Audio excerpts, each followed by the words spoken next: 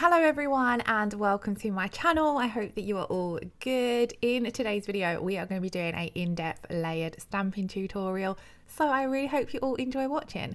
Now I'm going to start off by applying 2 coats of Kiki London's Cookies and Cream. I always like to do my stamping over a neutral lighter tone shade because I feel as though this really just makes your stamping pop. Now of course it's going to kind of depend on the design you're doing, but when I'm just really wanting my stamping to stand out and be the center of attention, I will go for either a white, a cream, a nude, a pale pink, those kind of paler shade of gel polishes. I always do my stamping over gel polish as I find that the absolute easiest way to get a good stamp. However, of course you can do it over any kind of nail. For example, I do a lot over acrylic as well. But I do find when I'm working over gel polish, it's a little bit easier because your gel polish after curing leaves behind that tacky inhibition layer. So I'm just working on display tips. So I've done my 2 coats of gel polish, cured each coat for 30 seconds, and we're ready to come in and do some stamping. So of course, for stamping, especially layered stamping, you're going to need a layered stamping plate and a couple of different stamping polishes. I'm going to start off with these 3, but we do add some more colors in further along in the video. You are also going to need a stamper. I prefer the clear jelly style. I like to use a lint roller for my cleanup along with a round nail art brush, and then I'm going to use a scraper for scraping off that excess stamping polish. So we're going to start off with a nice simple one. So this is just a 2-layer stamped image, and it's quite a medium-sized image, so I find those the easiest to work with. Sometimes smaller images can be a little bit harder. And we're going to go in and apply a generous amount of stamping polish, scrape off that excess, and then we're going to take our stamper, roll it across that stamping plate, and as you can see we've picked up our image. I'm then going to take my roller to clean off any stamping polish that I don't want to stamp down onto the nail, and then I'm going to look through my stamper and line this up onto the nail, press down, give it a little rock gently from side to side, and then pull off, and there we have our first layer stamped. You can see it kind of looked a little bit sheer here, and that was because my stamping polish has been sat on my shelf and I've not used this one in ages, like since at least last spring I think, and it just needed a good stir or roll, shake, whatever you want to call it. I like to just roll my bottle between my hands upside down with the lid on, and that gives it a good mix together of the pigments, and then it's going to stamp a lot nicely, which you will see further along in the video. We're then going to do our second layer, which is the outline, and we've repeated those exact same steps. You'll see here this is all in real time, so this is how quickly or slowly I work. Now with stamping, you do want to work fairly quickly because stamping polish dries really quickly. So if you leave it sitting on your plate for too long before scraping or before picking up that image, then it ends up drying in the plate and you don't get a nice clean crisp pickup.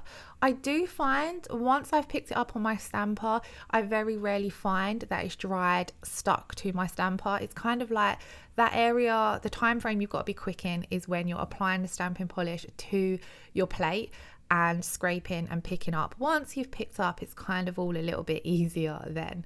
Now I get lots of comments saying they just can't pick the image up, or they can pick one image up and then they struggle picking it up again, and a lot of the time this is because your stamping plate isn't clean. So I always like to clean my stamping plate with acetone and a paper towel. If I don't have those to hand, I will use alcohol wipes, or a lot of the time as a nail tech you're going to have acetone on hand, so it's one of the easiest things to use, and I find this gives the plate a really good clean.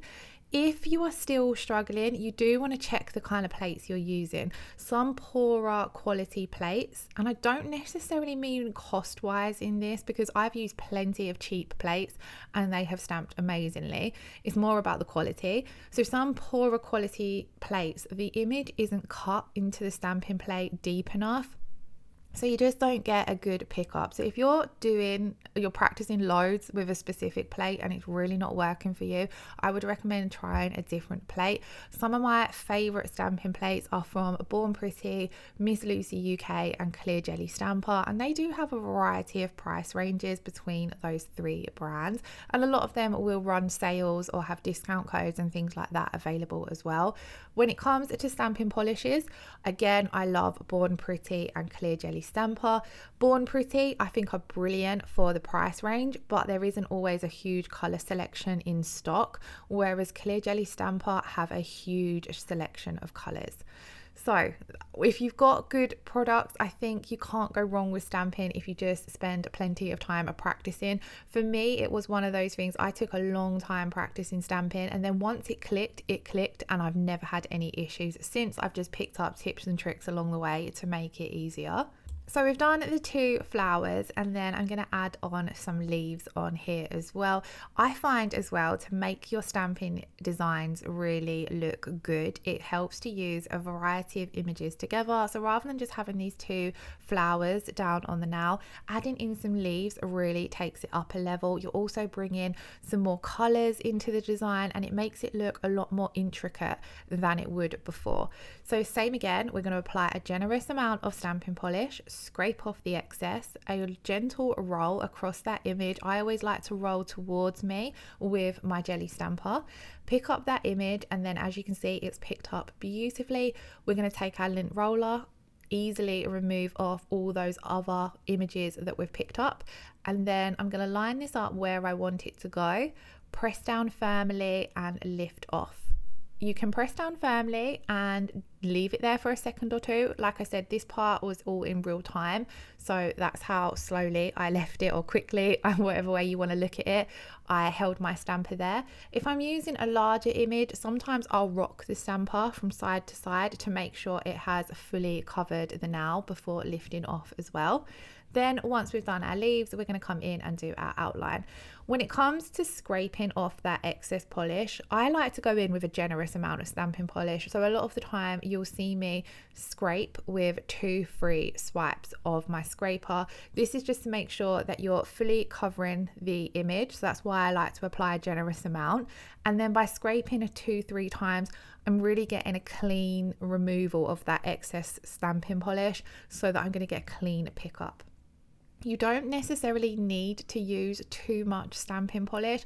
I kind of just feel as though the amount I've used is what works for me. I know I see lots of texts where they'll go over their image halfway with their stamping polish and then scrape the excess to fill in the rest of the image. And I think that works quite well if you're doing larger images. But when I'm doing these smaller images, I just find it easier to do it this way. Now on the first leaf, I went for a larger one, and then when it comes to doing the second one, I didn't want to fill the whole nail, so I've gone for a smaller leaf. And this is what I love about the clear jelly stamper plates. I feel as though a lot of them that I've bought anyway will have a mix of the images in smaller and larger sizes. So for example, this one, you've got the larger flowers and then you've got larger leaves, and then up the top, which you can't really see because the way the light is hitting the stamping plate, but we have similar flowers but in a smaller size, and then the same with the leaves. So this is brilliant, and something to bear in mind when you are purchasing your plates is that at different times you're going to be working on different size nails. So for example, longer nails, shorter nails, natural nails, extensions, etc. So it's really good to have a variety of sizes available, because some of the larger images can look a little bit silly on a short natural nail, but you might not necessarily be able to fit the whole flower on, and it'll look a little bit silly. So it's great to have some smaller sizes available. And then the same when you're working on longer nails. To cover or to fill a long nail, you're going to need lots of the smaller images. So I always find it great to have a variety available. So we've finished that first nail design. I'm going to go in and give my plate a really good clean with some acetone and then a dry paper towel to clear some of that smearing. And then the next image we're going to do has 3 layers.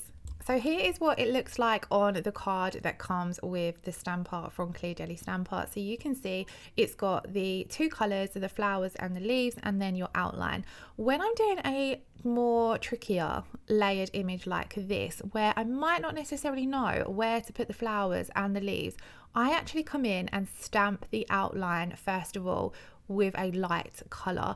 So here I'm using kind of like an off-white pearlescent shade. It's very soft. So I'm going to come in and place down my outline first of all, but you're not actually really going to see this throughout the design. So this is why you want to do it in a nice soft color, because you don't want to end up having like a double outline look on your image. So you want to stamp this down in a shade that you're not necessarily going to see too well, and that's why this pearlescent white works perfectly for this. So I've applied my stamping polish, scraped off the excess, picked up that outline, and I'm placing it down on the nail where I want that design to go. You can kind of just about see it in the video. It was a little bit easier to see in real life. I'm then going to clean off my plate using some acetone, giving that whole area a really good clean. And then I'm going to go in with that peachy orange shade on the layer, the second layer, which would actually be the first, where we're going to have our flowers. And then so we're going to apply our stamping polish, scrape off the excess, a quick flick of the wrist to pick up that image, taking my lint roller to remove any excess. And then we're going to place this down. You're going to kind of, I'm looking at the card as I'm doing this. So that's another thing I do find helpful with the clear jelly stamper images. They have that card with a lot of them, which shows you what the finished result should look like. But as you can see, I'm really taking my time to work out where the flowers stamp down in this outline. And this is why it would be a little bit tricky to do this without doing the outline first of all. So I'm lining this up as best as I can, taking my time. Like I said, once you've got that stamping polish image down onto your stamper, you can kind of slow down a little bit, but then I like to give it a good rock to make sure it's made a good contact with the nail. And then that's stamped down. At the moment it looks a little bit crazy, but the image, it does all come together. So then we're going to go in and do the leaves. So again, generous amount of stamping polish. We're going to take that scraper, scrape off the excess. I really love this light green shade, by the way. I think it looks absolutely beautiful for any kind of greenery or leaves, so I'm glad I picked this one up. So again, you're going to pick up a lot more of the image than what you need. So if you don't have a lint roller to do this with, you can also use your scraper as well, or anything that's kind of hard, but I do find a lint roller best because it's sticky, it removes the image easily. And then again, I'm lining up where those leaves go over the outline and then pressing it down. And then the only areas of the outline that should be left for you to see are the actual stems of the floral image. Now here I did pick up a little bit of excess stamping polish that was on my scrape stamper that I didn't see when I was removing the image with my lint roller. So I was just taking that nail art brush with a little bit of alcohol and wiping that off.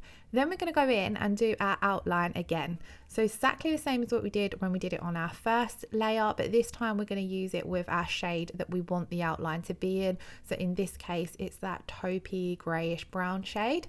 Picking it up exactly the same way as I have before. I get asked a lot as well in older comments on a particular stamping video that has lots of views. Does it matter what way you pick up your image? And I always like to have my plate facing what way I've placed down my image, so it's facing towards me. Then I'll roll my stamper towards me, so then I know what way round that image is going on the nail, if that makes sense. But when it comes to actually picking up the image, technically it doesn't matter what way round it goes. Now I did stamp this outline off center a little bit. You could see I had some of the flower overlapping, but it didn't look too bad, so I just went with it anyway. On to the third now, we're going to be doing another 3-layer image. Now this is a bit of a simpler image, but still it makes it a lot easier by stamping down that outline, because otherwise it is a little hard to tell how far away from the petals you need to stamp down your leaves. So by stamping down that outline first, you can kind of just see how far away you need to place down the leaves. If I had just gone in and done the petals first of all, I would be completely guessing when it comes to placing down the little green leaves. However, first of all, we are going in with the floral shape. I think this is a rose, so we're going in with the petals first of all. So I'm placing down that orange flower head directly over the outline. It's made it so much easier, as you can see. We're then going to clean off, and I'm going to know exactly where to place down those tiny green leaves. And these are teeny tiny, so it is a little tricky still. tutorial, even with that outline there. Once we have picked up those little green leaves though, I'm going to very, very carefully remove all of the excess little bits. And as you can see, we've literally got 3 teeny tiny green dots effectively on our stamp head. So I'm lining those up over the outline, and as you can see, you can just very gently, or very, I don't know the word, but you can only see a teeny tiny amount of that outline around the leaves. So I know that I've stamped them down roughly in the right place. It might not always be perfect. We're then going to go in with our brown for the outline of this rose. And I did love how this design, this particular one, come together once you placed that outline down on the nail. It was a little bit easier here having the white outline. You're going to still see it ever so slightly, but it was so much easier having it there than going in blind and doing that design. Now on to the fourth and final image, or sorry, the fourth and final nail. I'm going to include a little bit of ombre stamping with my layered stamping. And this is another technique that I really, really love in stamping, which I think is really easy to do. So we're going to do one of the more simple flower designs that's on this plate, but as you can see, I've added 2 colors. So I've gone for a darker orange and the lighter orange, applied them both to that image, and then when I'm scraping, I'm trying to blend the 2 colors together. So you see I kind of scraped in a few different directions. Then I've picked it up exactly the same. So all of the steps for ombre stamping are exactly the same, except for applying your stamping polish. You're going to want to kind of go in half and half on the image, and just, it's when you're doing the scraping step mostly where it changes a little bit, because you're going to kind of want to try and blend those colors together.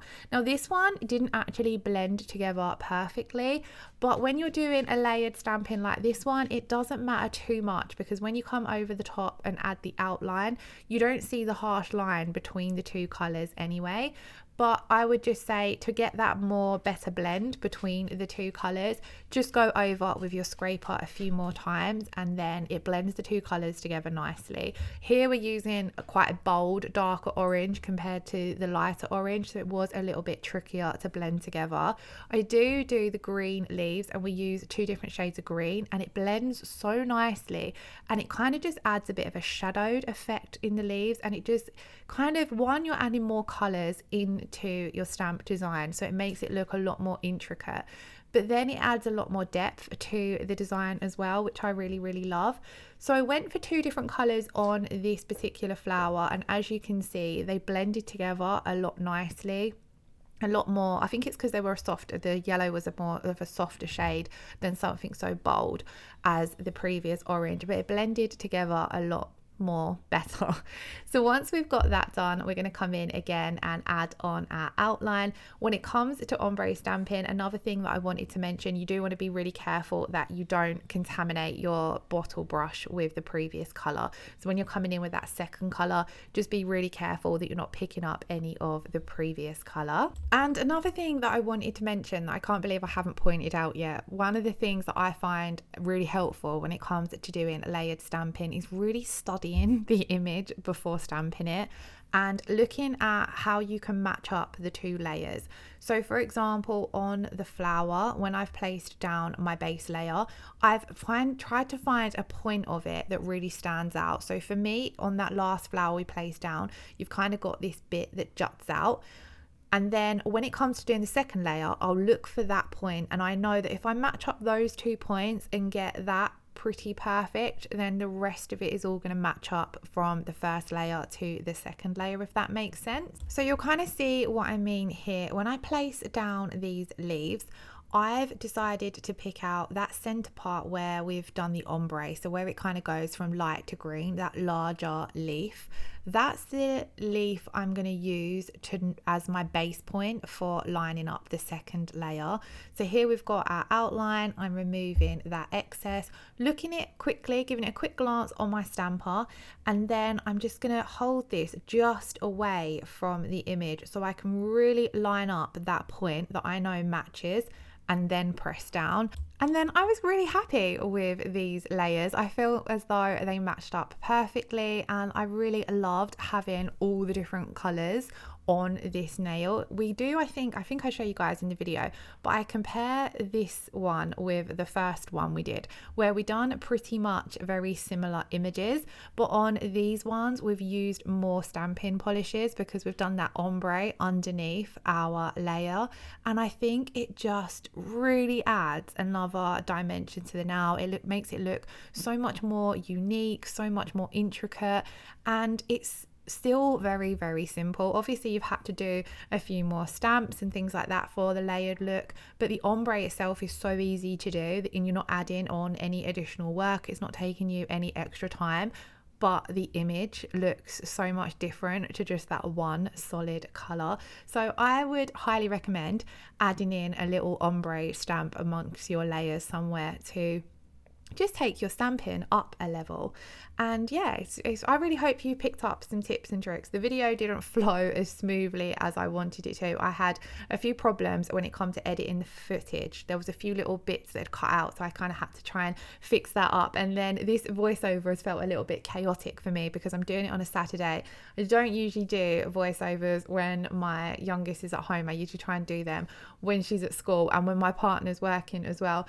But they were out in the garden, so I thought, oh, you know what, I'm going to get my voiceover done. And they have been in and out like absolute yo-yos, and then the dog has wanted to go in and out like an absolute yo-yo as well, so it's felt a bit of a chaotic voiceover. But if you do have any questions, or if you are struggling with stamping and I didn't cover it in the video, do pop me a comment below and I'll be happy to either help in the comments or do a video to help that.